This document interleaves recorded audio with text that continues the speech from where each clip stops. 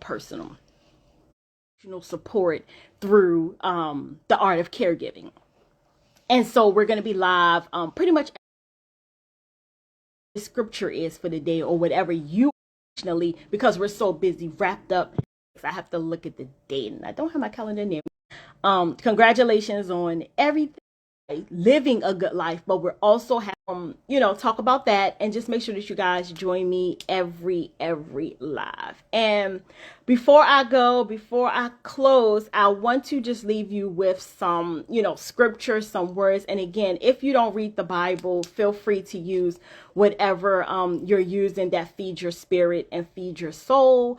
And I don't want to discriminate from anyone, because not everybody, reads the Bible. Some people read, the Torah. Some people only read the Quran. But whatever feeds your spiritual soul, because at the end of the day, we're all still praying to that one God, no matter what you're reading and who you are relating God to, or what your higher source of being. But what I wanted to do is come today and just leave you with a passing thought, and that says, clearly no one who relies on the law is justified before God, because the righteous will live in faith.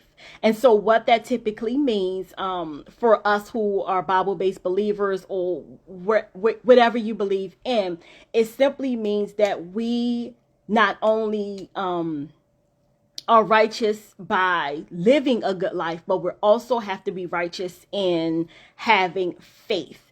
And so as caregivers, typically we are designed, that is our good life, that is our good deed, that is our good will amongst, the world, amongst the sick, the ill, the aged, anyone who's needing care. And it doesn't always have to be a sick individual. It could just be someone who's just needing us to pray for them because something else is going on in their world, and they may not necessarily be in the hospital, they may not necessarily be sick, but it definitely states that we can't just rely on the works to justify us. We have to also be in line with our faith.